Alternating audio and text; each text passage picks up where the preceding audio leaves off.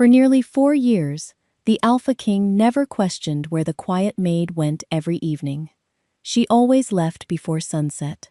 Never a minute later. Never a minute earlier. At first, no one cared. Then people started noticing. She disappears like clockwork.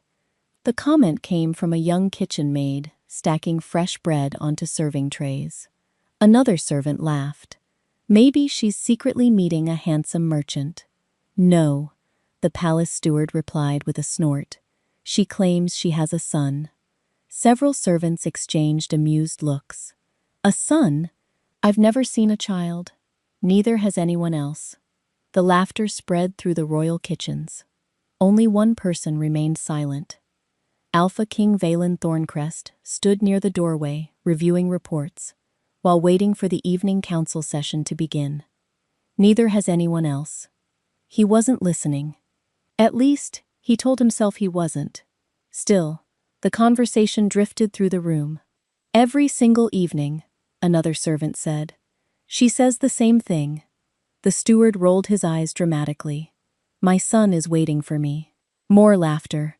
Convenient excuse. Very convenient. At that exact moment, Leora Ravenshade entered, carrying a basket of freshly folded linens. She moved quietly, as she always did. Graceful, efficient, almost invisible. If someone hadn't spoken her name, most people probably wouldn't have noticed she was there. The steward did. Perfect timing. Leora. She stopped immediately. Yes, steward? We're short-handed tonight. She nodded politely. I understand. I'll need you to stay after sunset. For the first time since entering the room, hesitation crossed her face. I'm sorry. Her voice remained gentle. I can't. The steward frowned. Can't? My little boy is waiting for me. Several servants exchanged knowing smiles. Here it comes. The excuse. It's his birthday today, Leora continued quietly. I promised we'd celebrate together. The room fell unexpectedly silent. There was something different about her voice. Not rehearsed. Not defensive. Just desperate. The steward folded his arms.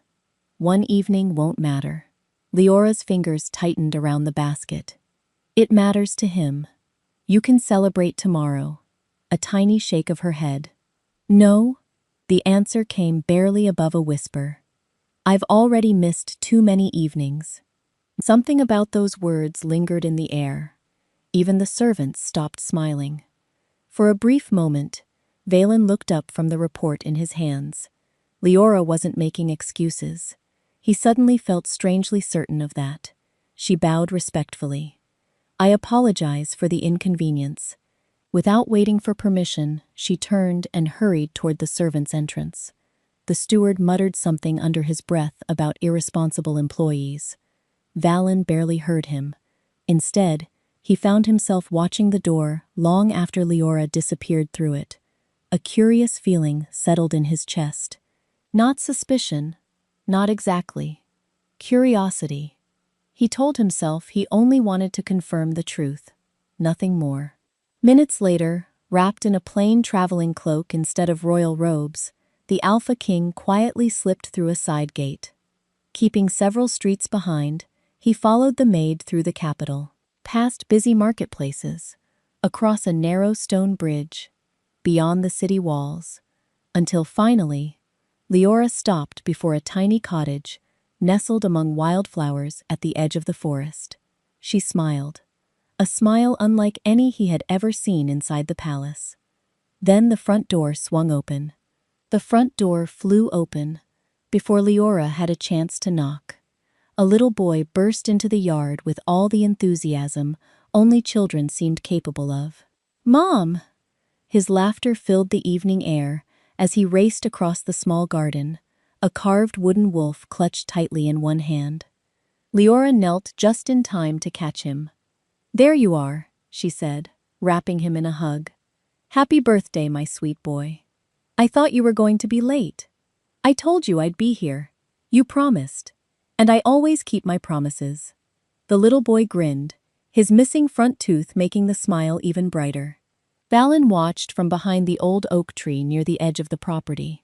Something inside his chest tightened. He had seen countless noble families, royal heirs, children of every great alpha in the kingdom. None of those sights affected him. This one did. The warmth between mother and son felt effortless. Real. Leora reached into the cloth bag hanging from her shoulder. "I brought your favorite honey cakes." "And the surprise?" She laughed. "Someone's impatient. It's my birthday. I suppose that's a fair excuse." She produced a small wrapped package tied with blue ribbon. The boy gasped. "For me? For who else?" He tore the ribbon loose, with careful excitement, and revealed a beautifully carved wooden compass. Its lid opened to reveal tiny silver markings shaped like stars. His eyes widened. "It's amazing. So you'll always find your way home." The words carried more meaning than the child understood. But Valen noticed the sadness hidden behind her smile. The little boy threw his arms around her again. "You're the best mom ever." She kissed his forehead. "And you're my favorite little wolf." He laughed, before suddenly noticing movement beyond the fence. His bright silver eyes lifted, straight toward the tree where Valen stood. The smile slowly faded into curiosity. For one impossible moment, neither moved. Then the child tilted his head. Valen felt the world shift beneath his feet. Silver eyes, exactly like his own. Dark hair that curled the same way his had as a boy. A stubborn chin inherited from the Thorncrest bloodline, even the tiny scar above the left eyebrow. The exact place where every firstborn Thorncrest male carried a faint crescent-shaped mark. His father had it. His grandfather had it. Valen had spent years seeing that scar whenever he looked into a mirror. Now it stared back at him from a child no older than 4. The little boy blinked, then pointed. "Mom?" Leora turned. The moment she saw where he was pointing, all the color drained from her face. Her breathing stopped. Because Valen had stepped out from behind the tree. Neither spoke. Neither seemed capable of it. The evening breeze stirred the wildflowers between them. The little boy looked from one adult to the other, completely unaware of the storm gathering around him. Then, with innocent curiosity, he asked the question neither of them was prepared to answer. "Mom?" He pointed at Valen again. "Why does that man look exactly like me?" Silence swallowed the little cottage. Leora closed her eyes. Just for a moment. When she opened them again, resignation had replaced shock. She looked directly at the Alpha King, then quietly stepped aside and opened the cottage door.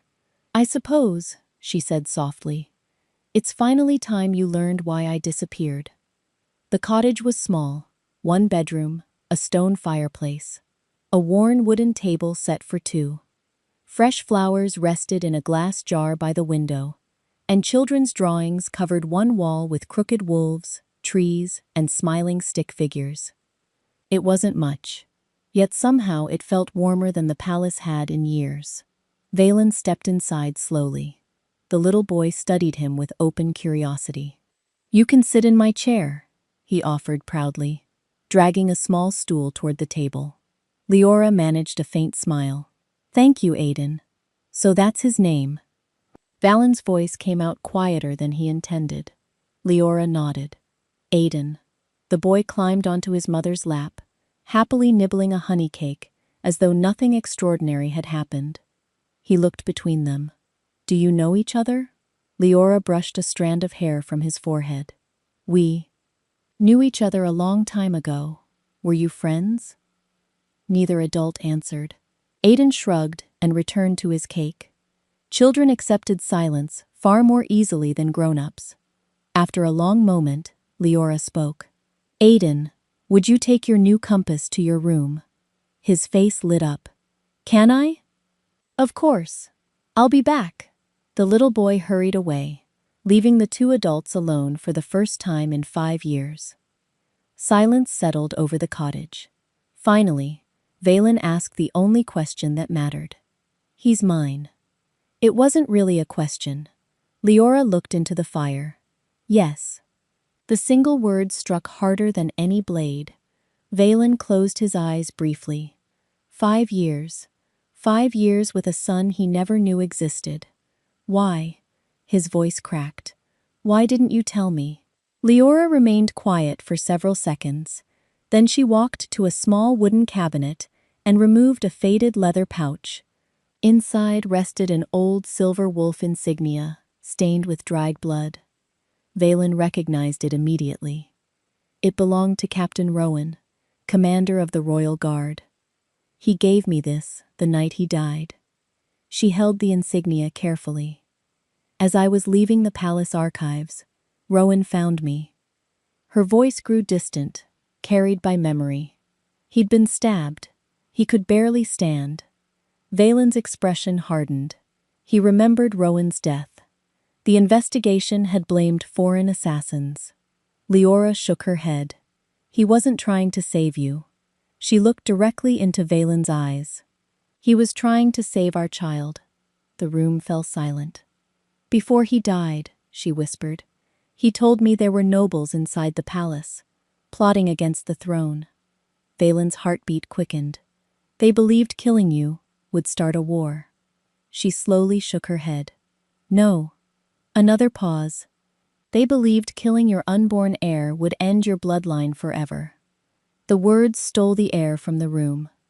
I was already pregnant. I hadn't told anyone. Someone found out. Valen felt sick. Leora continued. Rowan begged me to disappear before dawn. He said they would search for me. They would never stop. And if they learned the child survived, she glanced toward the hallway, where Aiden hummed happily to himself. They would finish what they started. Valen finally understood. She hadn't left because she stopped loving him. She hadn't vanished because she doubted him. She disappeared because staying beside the Alpha King had become the most dangerous place in the kingdom for their son. Everything she sacrificed to keep one little boy alive. Neither of them spoke for a long time.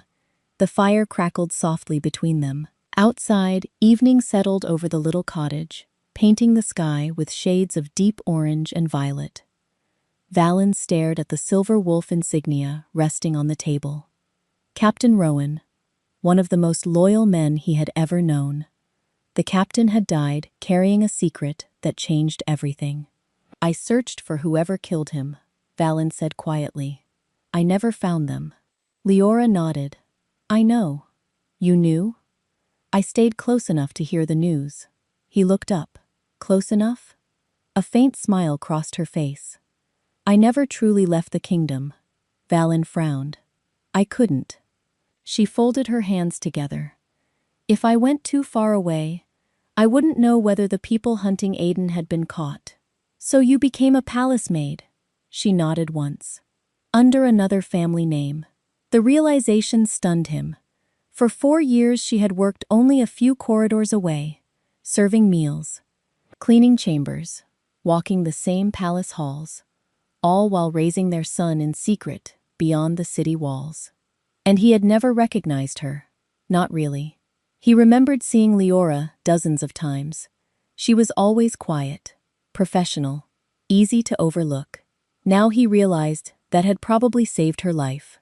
The sound of little footsteps interrupted his thoughts. Aiden ran back into the room holding his new compass. Look, he proudly opened the lid. It points north. It does, Leora said warmly. Aiden turned toward Valen. Did you ever have one when you were little? Valen smiled despite himself.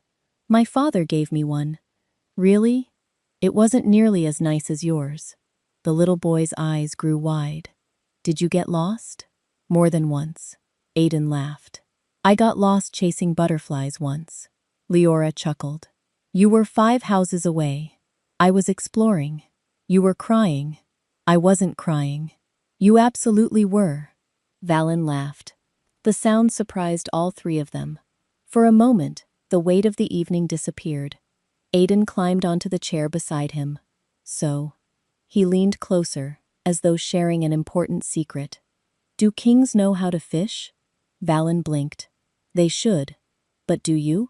I do. Can wolves swim? They can. Have you ever climbed a tree? Valen hesitated. When I was younger, Aiden gasped dramatically. So kings can climb trees. Some of them. I knew it. For nearly an hour, the questions continued, each one stranger than the last. Did castles have ghosts? Could royal horses understand jokes? Did alpha kings ever lose at board games? Valen answered every question seriously.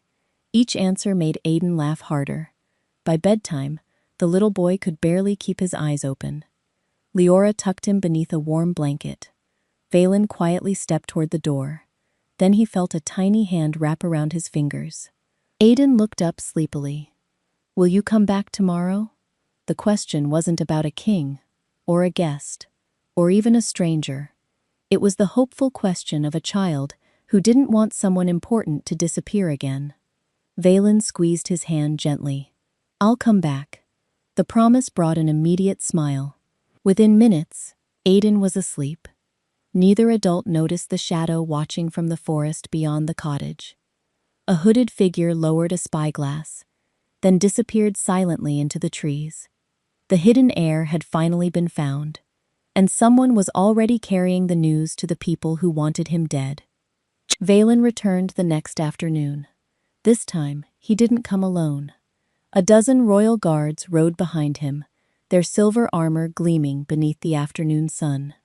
2 royal carriages followed, loaded with supplies, warm clothing, and enough provisions to last the cottage through the coming winter.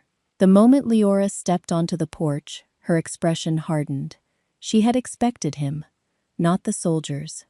Aiden, however, ran into the yard with obvious excitement. You came back. Valen smiled as the little boy threw his arms around his waist. I told you I would.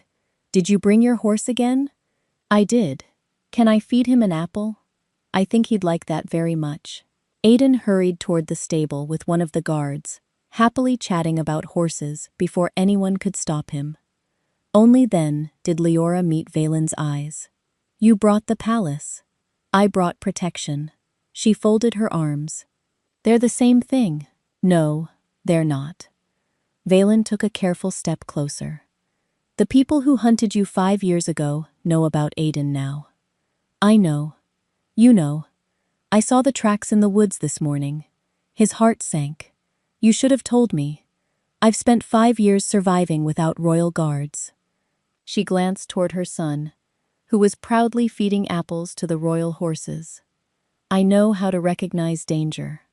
Valen lowered his voice. Then you know this isn't safe anymore. Silence settled between them. Finally, he spoke the words he had rehearsed all morning. Come back to the palace. Leora looked at him as though he had suggested returning to a burning house. No. The answer came without hesitation. The palace is protected. It wasn't. He stopped. Her eyes never left his. It wasn't protected when Captain Rowan died. It wasn't protected when someone learned I was carrying your child. It wasn't protected when I had to run before sunrise. Each sentence landed with quiet precision. Valen had no answer, because every word was true. The walls are stronger now, he said at last. The guards are loyal. So was Rowan. The reminder stole whatever argument remained. Leora stepped off the porch. Her voice softened, but her resolve did not. You see a palace. I remember a trap. You see royal guards. I remember men searching every road while I hid in abandoned barns. You see home. I remember the place where my son almost died before he was born. Valen lowered his head.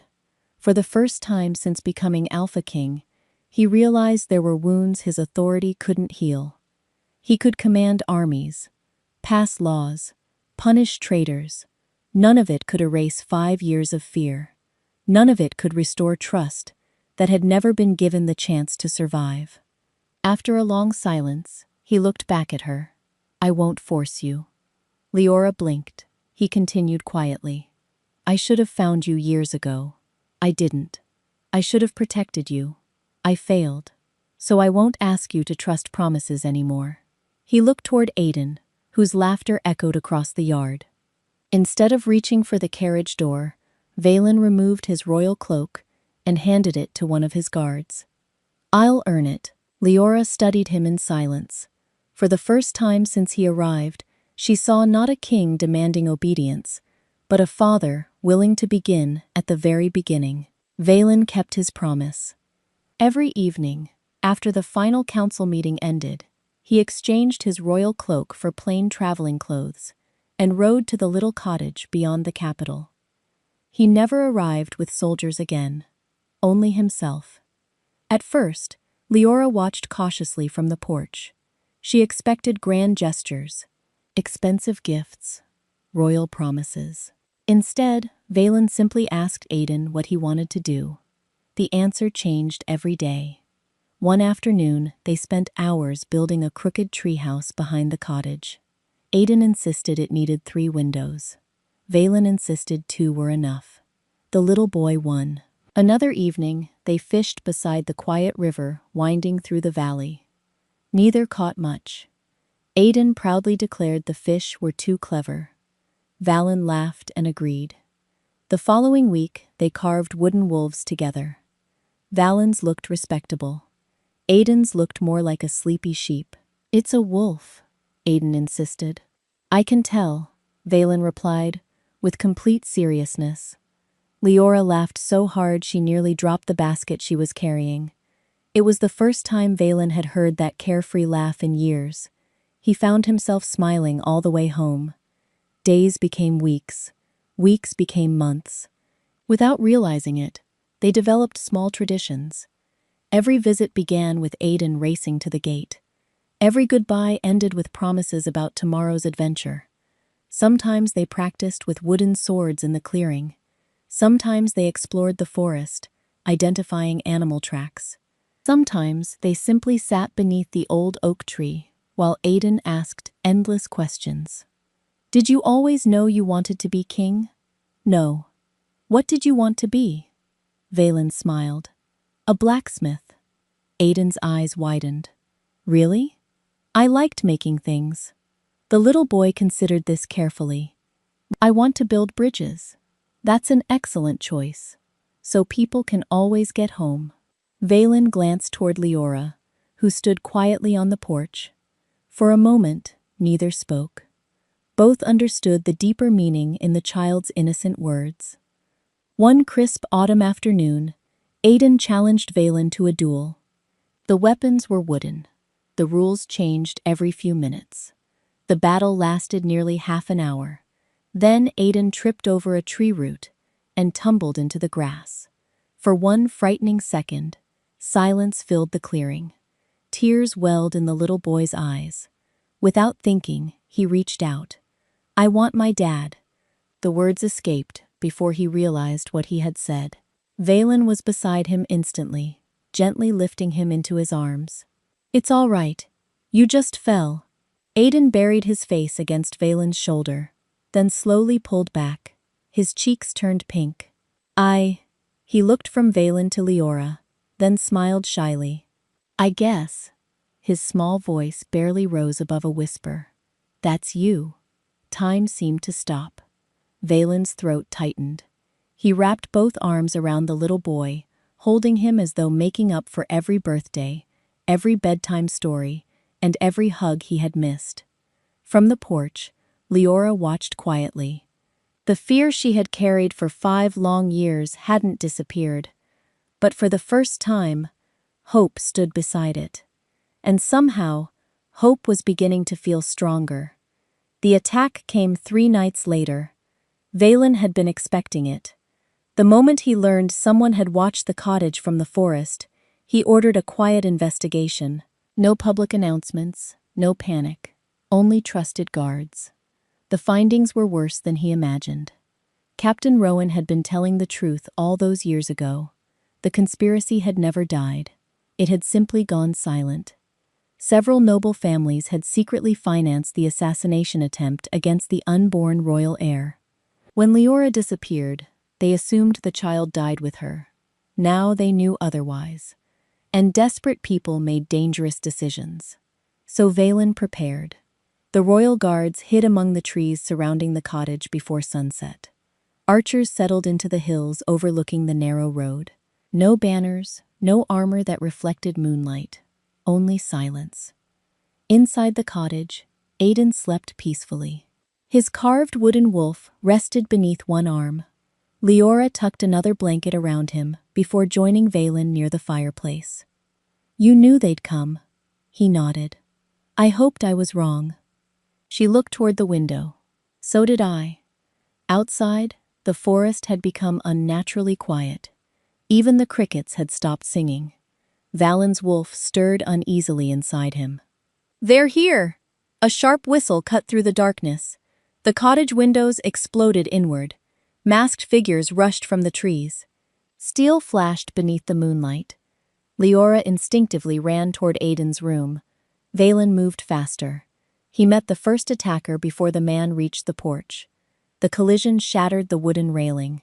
The assassin barely recovered before Valen disarmed him with a single strike. The second attacker never reached the door. An arrow from the hidden royal guards buried itself in the ground, inches from his feet. "Royal Guard!" A command echoed through the forest. "Surround them!" The woods erupted. Dozens of hidden soldiers emerged from the darkness. The attackers froze. They had expected one frightened mother. Instead, they found an alpha king waiting for them. The battle ended almost as quickly as it began. Swords clashed. Orders rang through the night. One by one, the conspirators were forced to the ground. Those who fled found every escape route blocked. Within minutes, it was over. Valen stepped back into the cottage. His breathing remained steady despite the fight. Leora stood in the hallway, holding Aidan protectively behind her. The little boy peeked around her skirt. His eyes searched until they found Valen. "Are you hurt?" Valen knelt in front of him. Not even a scratch. Aidan threw his arms around his neck. "I knew you'd win." Valen closed his eyes briefly. "So did I." It wasn't confidence. It was a promise. A promise he intended to keep for the rest of his life.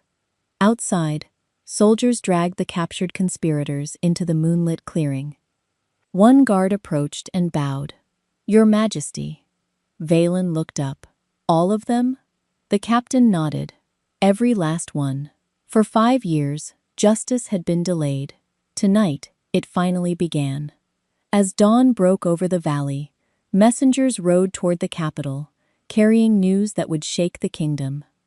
The hidden heir to the throne had been found. The conspiracy against the royal bloodline had been exposed. And before another sunset arrived, every noble in the kingdom would learn that the quiet palace maid they had overlooked had protected the future of the crown all along. By sunrise, the entire capital was awake, not because of the morning bells, because of the rumors. Royal messengers rode through every district carrying the same announcement. The conspiracy against the crown had been uncovered. Arrests were underway. An emergency session of the Royal Council had been called. Nobody knew the full story. Yet, by noon, the Grand Hall overflowed with nobles, military officers, merchants, and representatives from every territory. Whispers echoed beneath the vaulted ceiling. Some feared another civil war. Others expected news of a foreign invasion. No one expected what actually happened. The great doors opened. Alpha King Valen Thorncrest entered first. His expression was calm, unyielding. Behind him came members of the royal guard escorting the captured conspirators in chains. The hall erupted into stunned murmurs. Several influential noble houses were represented among the prisoners. Men once considered untouchable now stood with lowered heads before the throne. Valen's voice carried through the chamber. 5 years ago, these men conspired to end the Thorncrest bloodline. Silence fell instantly. They believed murdering an unborn child would secure their own power. Gasps spread through the crowd.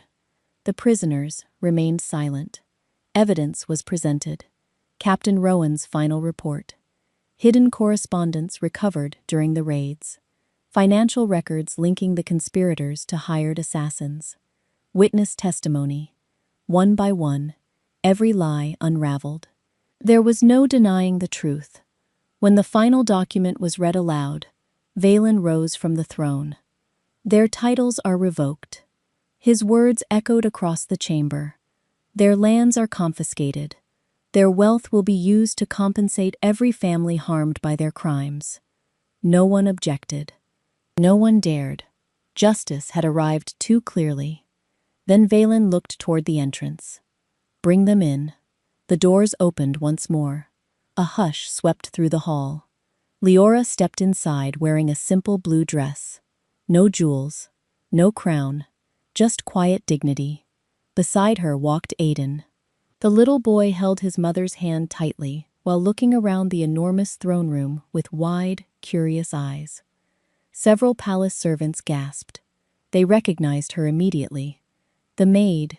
That's Leora. I knew her. Shock spread rapidly through the chamber. Valen descended the steps of the throne. He stopped beside the little boy, then gently rested a hand on Aiden's shoulder. His next words became part of the kingdom's history. This is Prince Aiden Thorncrest. The hall fell completely silent. My son. The silence lasted only a heartbeat. Then applause erupted. Not forced, not polite, genuine. The sound filled every corner of the palace. Aiden looked up at Valen. Is everyone clapping because I remembered to brush my hair today? Laughter rippled through the hall. Even Valen smiled. Something like that. Across the room, the palace servants exchanged tearful smiles. For years they had known Leora only as the quiet maid who always hurried home before sunset. Now they finally understood why. She hadn't been hiding from the kingdom. She had been protecting its future. As the applause slowly faded, Valen turned toward Leora. His voice softened. One question remained. Not for the council, not for the nobles. Only for her. Will you come home? He held her gaze. Not because I'm asking as your king, but because you want to. The entire hall waited for her answer. The throne room remained silent. Hundreds of people waited. Nobles, guards, servants, council members. Every eye rested on Leora. For years, she had dreamed of leaving the palace forever. Now the palace waited for her answer. Valen stood before her without speaking again. He had asked his question. The choice belonged to her, exactly as it should. Leora looked around the hall. She recognized familiar faces. The elderly cook who always slipped extra bread into her basket. The stable master who pretended not to notice when she hurried home before sunset. The young maids who once believed she invented a son to avoid working late. None of them looked at her with pity now, only respect. Then she looked down at Aiden. The little boy stared at the enormous throne with open fascination. So, he whispered, do I really get to live in a castle? The question made several people laugh softly. Leora knelt beside him. What do you think? Aiden considered it very seriously. Can we still visit our cottage? Of course. And the treehouse? We'll keep it. The river? We'll go fishing whenever you want. He smiled. Then I think 2 homes are even better than 1. His simple answer dissolved the last of the fear she had carried for years. Leora rose slowly, then met Valen's eyes. When I left, her voice echoed gently through the chamber. I believed the only way to protect my son was to raise him far away from this palace. She looked around the room. I don't regret that choice. No one expected her to. But this kingdom has changed. Her gaze returned to Valen. So have you. For a long moment, neither moved. Then Leora stepped forward, not toward the throne, toward the man. She placed her hand in his, not because he was Alpha King, because he had spent months proving he was worthy of being Aiden's father, and worthy of earning back her trust. The hall erupted into applause once more. Weeks later, during the Royal Moon Festival, the palace gates opened wider than they ever had before. The celebration filled every courtyard with music, lanterns, and laughter. This time, Leora entered through the front gates, not carrying laundry, not wearing a servant's apron. She wore the silver and midnight robes of the Luna. The crown placed upon her head felt lighter than she expected. Perhaps because it no longer represented duty alone. It represented choice. Beside her walked Aiden, in a miniature royal uniform, proudly carrying the ceremonial heir's sword, almost as tall as he was. He marched with exaggerated seriousness until he reached Valen. Then he slipped his small hand into his father's. "Dad?" Valen looked down with a smile. "Yes?" Aiden glanced toward the palace doors, then back at the cottage, visible in the distant hills beyond the city. "Are we finally home?" Valen looked at Leora. She smiled. Not the careful smile she once wore to hide fear. Not the hopeful smile of someone waiting to be chosen. A peaceful smile. The smile of a woman who had chosen her own future. She squeezed both their hands. "We already are." Above them, fireworks burst across the night sky. The kingdom cheered. For years, its people believed their greatest treasure was the royal crown. They were wrong. Its greatest treasure was the family that survived betrayal, separation, and fear, and still found the courage to choose one another again.